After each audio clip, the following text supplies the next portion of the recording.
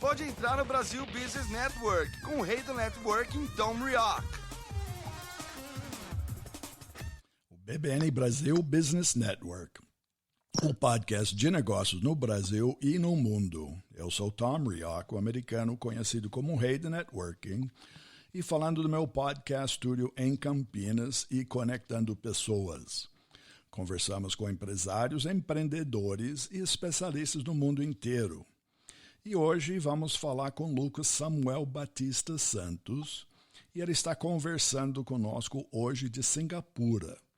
O Lucas tem mais de 9 anos de experiência na indústria de petróleo e gás em 4 países: Brasil, Reino Unido, Estados Unidos e Singapura. Lucas é formado em Engenharia de Automação e Controle pela Universidade Federal da Itajubá, em Brasil.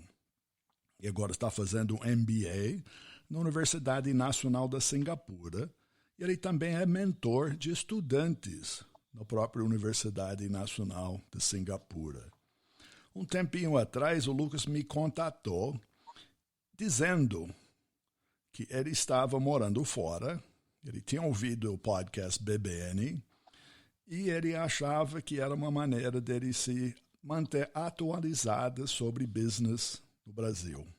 Aí eu convidei Lucas para vir no programa. Falei, vamos conversar para os jovens brasileiros de como se preparar para o mundo de hoje e oportunidades globais. Então, Lucas, seja bem-vindo ao BBN Brasil Business Network.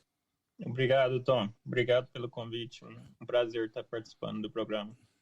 E para nossos ouvintes, agora é da manhã Brasil, lá já é o fim da tarde na Singapura, né, Lucas? Então, obrigado por a disposição de conversar e com jovens, né, do mundo inteiro. Isso, de nada. Chegando finalzinho da tarde aqui. Agora, para nossos ouvintes, qual foi esse caminho de Itajubá para Singapura? Pois é, então, eu fiz a Engenharia de Controle e Automação em Itajubá e sempre, desde o começo do meu curso, eu sempre tinha esse interesse pela área de petróleo, né? E então eu foquei nisso durante o curso inteiro, participei de muitos treinamentos, palestras, seminários, né, na área de petróleo. E quando me formei, apliquei para várias empresas e até que consegui a vaga numa dessas empresas e trabalhei no Brasil 3 anos. Eu trabalhava na área de perfuração de postos de petróleo, embarcava, né, executando a operação offshore. Trabalhei muito no pré-sal. Então, trabalhei 3 anos aí e foi quando surgiu a oportunidade para dar suporte para o departamento de tecnologia em Houston. Uhum. Teve essa oportunidade, eles precisavam de alguém que tinha essa experiência na área de operação para participar do desenvolvimento de tecnologias lá em alguns projetos, e eu fui para Houston, a princípio 4 meses, o que estendeu para 6, depois 12, até que me ofereceram a vaga para ficar permanente, local, em Houston. E aí eu comecei a trabalhar com desenvolvimento de tecnologia em Houston, e por lá fiquei 3 anos trabalhando como System Engineer. E o próximo passo da minha carreira foi quando eu fui para UK, para Inglaterra, né, na região de Cotswold, na Inglaterra, perto de Oxford. Uhum. E onde eu trabalhei como gerente de projetos na Inglaterra por 1 ano lá. E novamente surgiu uma outra oportunidade, que era de vir para Singapura e gerenciar o time de tecnologia aqui de Singapura, do Eastern Hemisphere, né? Então, eu aceitei novamente, entendeu? Então, aceitei, vim para Singapura e estou aqui há mais de 3 anos já. E é isso, o tempo passa, viu, Tom? O tempo passa quando você está se divertindo, hein? Exato. E aí o que acontece? Aí eu tô em Singapura no primeiro ano me adaptando aqui, e foi quando eu gerencio o time de tecnologia, né? E no meu time eu tenho engenheiros com PhD, Master, né? Mestrado, doutorado, pós-doutorado, etc. E até o momento eu só tinha o curso de engenharia. Uhum. Então eu senti que tinha essa necessidade de eu procurar algo mais e desenvolver nessa área, mas eu percebi que não seria interessante eu tentar um mestrado ou doutorado, porque seria muito técnico, então eu quis procurar mais a questão gerencial, e foi onde eu comecei o MBA, né, estando aqui em Singapura, uma universidade, National University of Singapore, uma das melhores, o MBA é um dos melhores aqui da Ásia. Então, tipo, como se diz, estava com a faca e o queijo na mão, entendeu? Então, bom, mineiro é queijo, né? Você tem que falar de queijo, senão não é mineiro. Exato. Então, com a faca e o queijo na mão, comecei o MBA e terminei agora faz 2 semanas. Então, parabéns, hein? Obrigado, Tom. Então, aí eu costumo dizer para meus amigos, né, quando a gente conversa, costumo dizer que hoje, depois desses 2 anos, foi o MBA, 2 anos fazendo MBA como part-time, né? Então, eu costumo dizer que hoje eu entendo mais, sei mais sobre a Ásia do que do Brasil, porque no Brasil, na realidade, eu só trabalhei 3 anos, mas trabalhava embarcado. Então, hoje eu tenho mais conhecimento sobre a situação de business, de negócios aqui na Ásia do que no Brasil. Então, mas do que eu não conheço Singapura, mas tudo que eu vejo e sei do mundo é um dos centros, de fato, da tecnologia e do empreendedorismo, né? E de inovação, para um lugar muito pequeno. Sim. Acho que quanto essa concentração, e muitas vezes eu falo, o tamanho não necessariamente, a concentração de poder cerebral é altíssimo, não é? Sim, senhor, exatamente. Então, o que acontece? Isso é até interessante, que se você estudar um pouco a história de Singapura, você se surpreende, entendeu? Com todas as políticas, iniciativas do governo para fazer isso acontecer, entendeu? Então, nos últimos 55 anos de Singapura aí, que eles ficaram independentes, foi uma transformação absurda, entendeu? Você fica abismado de ver a transformação que teve. E é o governo incentivando, o governo totalmente aberto, né, para essa questão das empresas virem, trazerem pessoal de fora, trazerem empresas que estão em desenvolvimento, fazendo R&D, né, pesquisa em desenvolvimento, para fazer aqui, criar aquele ecossistema, né? Sim. Aqui em Singapura, para facilitar, entendeu? Então, hoje em dia é muito fácil. Eu trabalho aqui com R&D, entendeu? E a gente tem a gente colabora muito com as universidades. Até mesmo eu faço MBA na NUS, National University of Singapore, mas eu também tenho várias colaborações de pesquisa, que a gente faz pesquisa com os departamentos de engenharia da NUS e de outras universidades em Singapura também, entendeu? Acho que é um ponto fundamental, eu entendo, o que você falou de compartilhar. Tem uma abertura para compartilhar conhecimento que é normal lá, né? Isso é habitual. Muitas vezes que eu sinto, não só aqui no Brasil, outros lugares, a tendência de querer ser dono da verdade, dono da informação. Então, essa amplitude, o sharing, né, compartilhar a informação, seja entre universidades, entre pessoas da academia, ou entre universidades e empresas, né? Eu sinto isso no Brasil.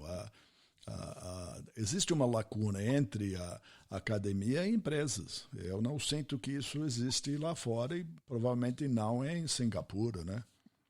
Isso, eu também eu tenho a mesma percepção, que eu não vejo muito essa conexão da empresa com a universidade no Brasil. E aqui tem muito. Sim. Como eu disse, aqui eu trabalho muito com universidades, com centros de pesquisa do governo, entendeu? A gente tem uma relação, eu falo muito com o pessoal do governo, tem muitos incentivos que o governo dá para as empresas para poder, número um, para poder estar desenvolvendo tecnologia em Singapura, e número dois, para poder estar desenvolvendo os talentos em Singapura, né? Então, o governo fornece vários incentivos para as empresas para desenvolver tecnologia e desenvolver a força de trabalho de Singapura, entendeu? Paulo, você lá, eu mencionei, você me falou que você também é um mentor de jovens, né? De estudantes aí em Singapura. Singapura também ele é um ambiente multiplural, né? Você já tem muitas culturas e você lá, você é um estrangeiro. Vocês sentem ser um estrangeiro lá? A receptividade de pessoas lá é aberta? Como é? É interessante. Singapura, aqui a diversidade é muito grande. Tem gente do mundo inteiro, né? Se você olhar a população de Singapura, somente aproximadamente 60% são locais, o resto é tudo expat, estrangeiro, né? Que estão aqui com visto. 40% da população é visto, está em Singapura com visto. Então, você tem gente de tudo quanto é lugar. Então, esse ambiente, essa diversidade essa diversidade toda cria esse ambiente mais aberto, respeitoso, receptivo, entendeu? Porque você está no escritório ou na universidade, você está trabalhando, estudando com um americano, europeu, indiano, um cara da Malásia, da Indonésia, do Japão, da China, entendeu? E várias culturas, religiões. Então você tem que uma questão que até você acontece muito quando chega alguém novo assim que não que vem de algum país e não foi exposto a várias culturas diferentes. Acontece muito de ter questão de falta de respeito, porque você tem que respeitar, por exemplo, a questão do muçulmano, né? Tem muito muçulmano aqui, eles têm todo ano eles fazem o Ramadã, né? Sim. Então, isso é uma questão que você tem que respeitar muito, entendeu? Então, às vezes chega alguém, uma coisa que tem algum comentário ou uma brincadeira que é comum, talvez, no seu país, mas não é comum e não é nada engraçado para eles, entendeu? Sim. Então, mas o pessoal estando em Singapura, você aprende, com o tempo você aprende, você acostuma essa questão toda e como eu disse, vindo para cá é muito aberto, receptivo. E voltando à questão da mentoria, né? Na universidade, uma coisa muito diferente também em Singapura, né? Diferente do Brasil. Por exemplo, eu fiz o meu curso de engenharia no Brasil. A gente formou em 40 alunos, todos brasileiros, não tinha nenhum estrangeiro, né? 40 alunos, todos brasileiros. Aqui em Singapura, na universidade, geralmente 10, 20% são locais. O resto são tudo estrangeiros que estão vindo dos países aqui da Ásia, entendeu? Vindo muita gente da China, muito estudante da Índia, entendeu? Cria até uma dificuldade na questão da contratação. Quando eu vou na universidade para fazer contratação, o governo, né, dá vários incentivos para as empresas, mas o governo também pressiona as empresas a contratarem locais, entendeu? Sim, bom, faz sentido porque é o governo, né? O objetivo do governo é essa. Exato. Então, as empresas têm uma certa cota que tem que ser mantida de uma quantidade de locais dentro da empresa, entendeu? Então, se você passar aquela cota, eles não aprovam mais visto para estrangeiro. Mas então, é um relacionamento dos alunos com tanto diversidade. O que você oferece da mentoria? O que você compartilha com esse grupo? O que eles perguntam para você? Talvez essa é a pergunta. Sim, então, a mentoria que eu dou na universidade, eu dou mentoria para os estudantes de engenharia que estão interessados em seguir carreira na área de energia. Como eu tenho experiência, trabalho na área de energia, eu dou mentoria, né, nessa questão da área de energia. Então, geralmente, a pergunta que todos perguntam, a primeira pergunta que eles fazem, número 1 é a questão do petróleo. Se a indústria do petróleo vai morrer, ou se não vai morrer, e se as energias renováveis vão tomar conta, etc. Entendeu? Essa eu acho que é a pergunta número 1, né? Então, eu gosto muito de dados, de fatos. Então, tipo, eu sempre respondo essa pergunta para eles com dados, projeções, né? Que é a questão da energia. O consumo de energia global tem só aumentado. Se você pegar aí nos últimos anos, só aumentado o crescimento do consumo de energia, e a projeção é continuar aumentando. Então, a gente tem as energias renováveis crescendo numa taxa absurda, muito, entendeu? Mas o crescimento na demanda de energia é maior ainda. Sim. Então, devido a isso, o setor da indústria de petróleo ainda tem projeções de crescimento para os próximos anos, entendeu? Sim. Mas não é porque o setor está crescendo comparado aos renováveis, é porque a demanda de energia está crescendo demais, né? Hoje em dia a gente tem uma população no mundo de 7 bilhões e meio de habitantes no mundo, né? E as projeções é chegar a 10 bilhões em 2050. Sim. Então, o consumo de energia só vai crescer. Sim. E, como eu disse, os renováveis, as energias renováveis estão crescendo, mas ainda teria que crescer numa velocidade muito mais rápida para poder atender a demanda que está crescendo, entendeu? Não, eu concordo com você. A gente vê isso até no Brasil, de muitas energias renováveis, tudo, mas concordo com você. Aplique e use tudo. Tá? E você também tem custos de energia que varia conforme o tipo. A solução econômica vem não de usar uma coisa, talvez de usar uma série de coisas. Então acho que desse lado não tem fim. Agora, o que eles te perguntam sobre o Brasil? Ou não perguntam? Você se apresenta como brasileiro? Eles querem saber do futebol ou pão de queijo? Não, então, honestamente, sobre o Brasil, muito pouco. Geralmente eles perguntam sobre minha experiência na Europa, na Inglaterra, nos Estados Unidos. E eu não vejo, da parte dos estudantes, eu não vejo muito interesse deles na América do Sul. Eles têm muito interesse na Europa, nos Estados Unidos, entendeu? Eles têm muito interesse de ir para esses lugares. Então, eles perguntam como que foi a experiência, quais são os skills, né, que eles precisam desenvolver para poder ter essas oportunidades, crescer na carreira, entendeu?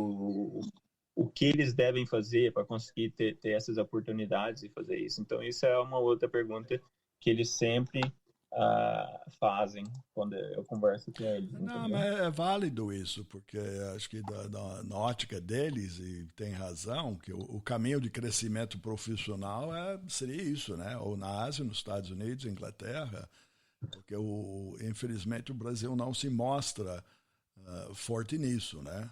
O crescimento profissional aqui está limitado. E o desconhecimento, então, isso parte de um desconhecimento da América Latina e Brasil especificamente. Então, falta de manchete, talvez, é isso? Eu acho que sim. Eu acho que acontece. O brasileiro mesmo, né, deveria buscar mais essa questão do desenvolvimento, né? Não parar, né? Uma coisa, eu voltei pro MBA e foi para a universidade, né? E foi uma das melhores sensações que eu tive na minha vida, entendeu? Voltar para a sala de aula, aprender. E principalmente uma coisa que você fala muito, que eu escuto você falando muito, é a questão do networking, né? Né? A universidade, o MBA em si é o network, entendeu? Muita gente faz o MBA, principalmente o EMBA, né, que é o Executive MBA. O objetivo principal dos executivos fazendo MBA, geralmente, é a questão do networking. Vir fazer aquelas conexões e de lá você abre negócios, oportunidades, né? Bom, isso pelo que eu entendo, foi o caminho da sua vida profissional. De sair do Brasil para Houston, para Inglaterra, para Singapura, eu entendo que isso foi via relacionamento seu. Eu falo, networking tem dois lados. As pessoas que você conhece, mas mais as pessoas que conhecem você, ou sabem de algum jeito sobre você. Porque uma indicação para crescimento profissional normalmente não vem de uma pessoa ou de uma única indicação. Né? Ainda mais em empresas grandes, estruturadas, é um processo um pouco mais complexo, não é assim? Isso. Numa empresa grande, por exemplo, multinacional, né, você tem que fazer a sua reputação, né?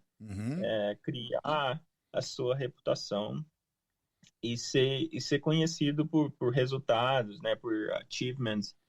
Então, quando você tem aquela reputação e tem o networking, conhece pessoas, se dá bem com pessoas, né?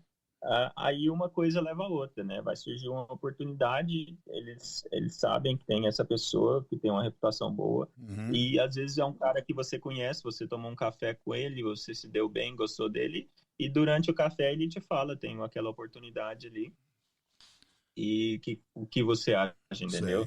Então, por exemplo, você pegou um ponto que eu falo. Muitas vezes nós estamos sendo entrevistados sem saber. E justamente esse exemplo que você deu, que é o mais usual. Alguém vem com um comentário assim, tomando café. Bom, o que você acha da Inglaterra? Né? Assim. E você não sabe naquele momento que aquilo é uma pergunta muito profunda. E dependendo do que você fala ou responde, você vai ou não vai, ou vai ser indicado ou não para a Inglaterra. Ou para outro lugar. Então, essa conscientização de que tudo que você está falando tem valor e tem peso, não é brincadeira, nem conversa de café.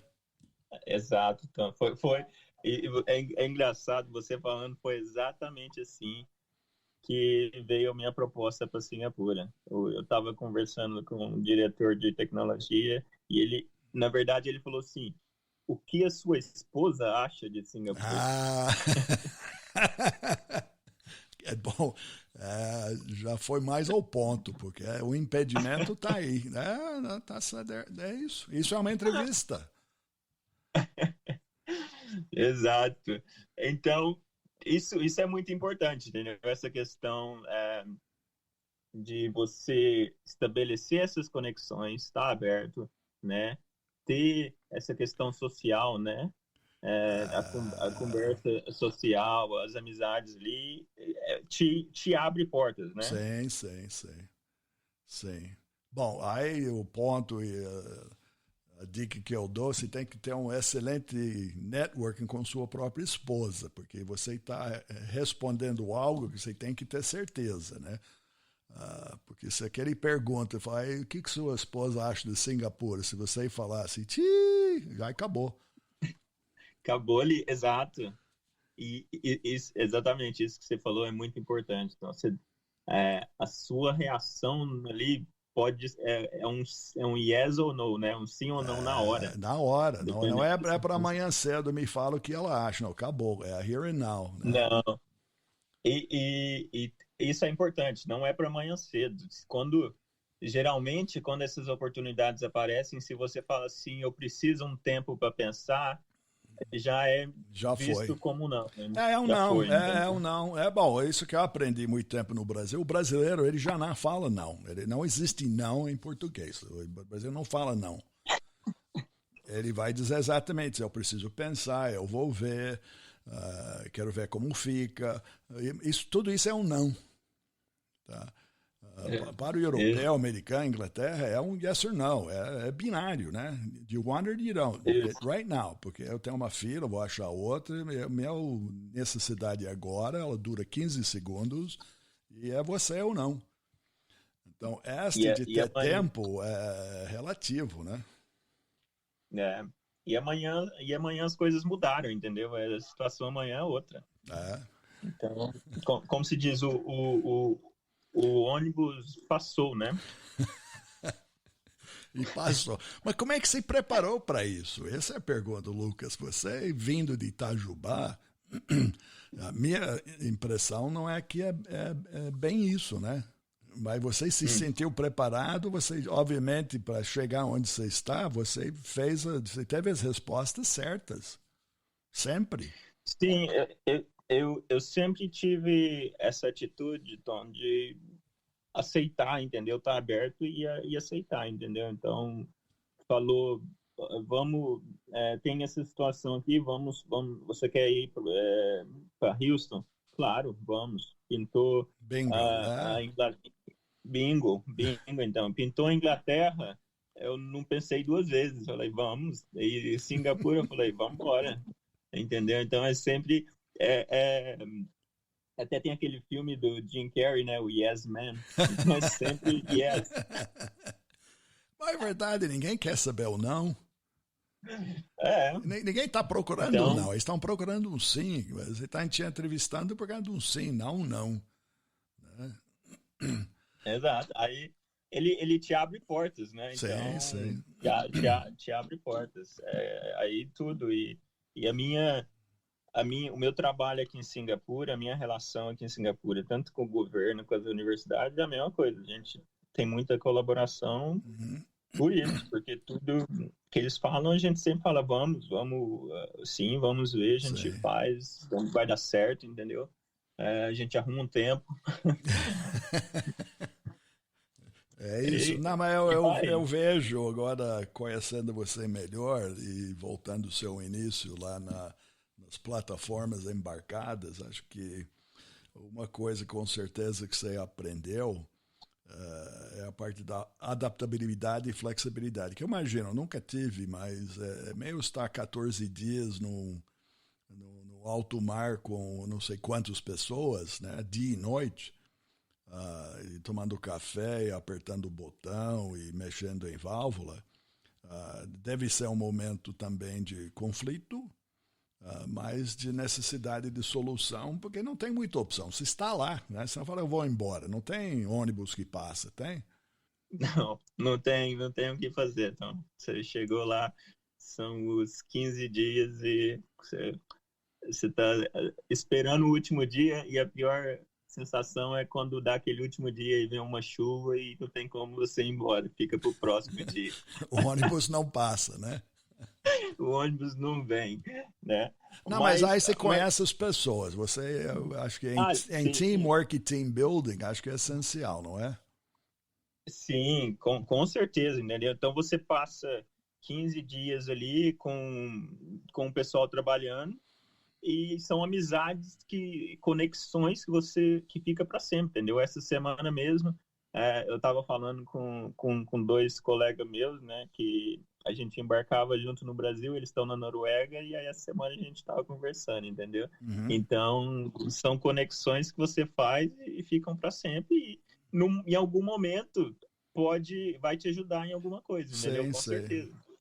A impressão que eu tenho é que justamente essa comunidade de petróleo, né, ele obviamente é um commodity global, mas também é uma tecnologia global, e as pessoas que convergem são pessoas globais, né? Se fosse alguém que se embarcou aqui, está em Noruega, é mais um exemplo, né, que o mundo continua sendo redondo e as pessoas em movimento, né?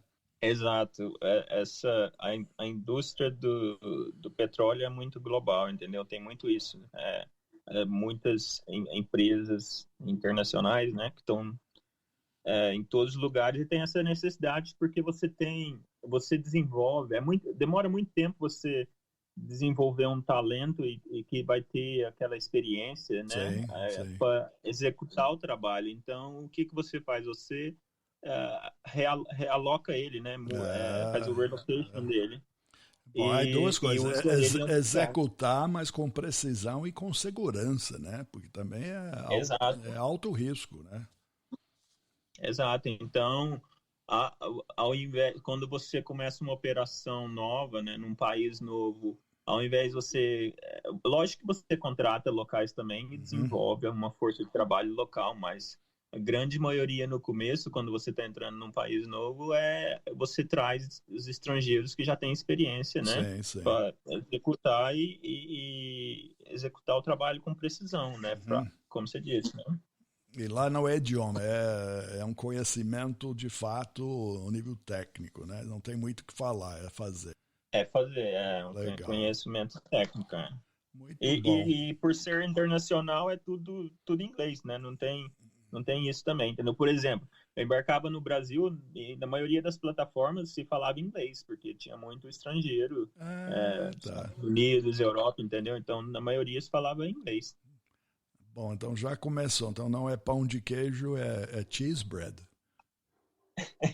Cheese bread. Bom, Lucas, estamos chegando no fim do nosso tempo. Realmente quero te agradecer. Primeiro por ter achado o BBN Brasil e estar escutando o podcast lá do outro lado do mundo, lá em Singapura. É uma honra conversar com você.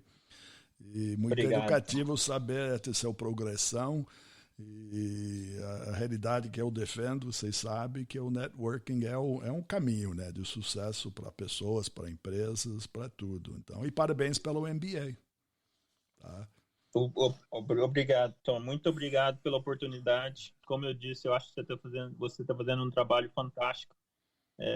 Eu gostei demais quando eu achei e escuto praticamente todo dia. Muito bom, entendeu? As pessoas que você traz são excelentes. E eu concordo plenamente. A questão que você sempre fala do network é o futuro, entendeu? Não tem essa de você vai fazer um processo seletivo e porque você tem notas boas vai conseguir. Não é. Hoje, há algum tempo já é o networking e é o futuro, entendeu? São as conexões que vão te levar a crescer na sua carreira. Que bom. E bom, você está aproveitando, não só aproveitando, você continua construindo, porque também o networking ele não é um fim, ele é um processo contínuo e tem que ser administrado como outro qualquer. Muito bom. Bom, obrigado mais uma vez, Lucas, com certeza vamos voltar a falar. Sim, show de bola. Muito obrigado, Tom. Abração. Abraço para você e todos em Singapura, tá? E agora estamos chegando no fim e para os nossos ouvintes, que vocês sabem que vocês podem achar mais sobre Lucas Samuel Batista Santos no LinkedIn e também no nosso site www.bbnbrasil.com. E agradecer a vocês ouvintes que podem seguir entrevistas passadas e futuras do BBN Brasil Podcast nas principais plataformas como Spotify, Apple Podcast, Google Podcast e muito mais. BBN Brasil Podcast é um oferecimento do Focus ME Market Intelligence. Eles são especialistas em pesquisa de mercado no setor agrícola. Mais informações no site www.focusme.com. Obrigado pela audiência e até o próximo encontro aqui no BBN Brasil Business Network. Obrigado por entrar no Brasil Business Network com o rei do networking, Tom Rioch.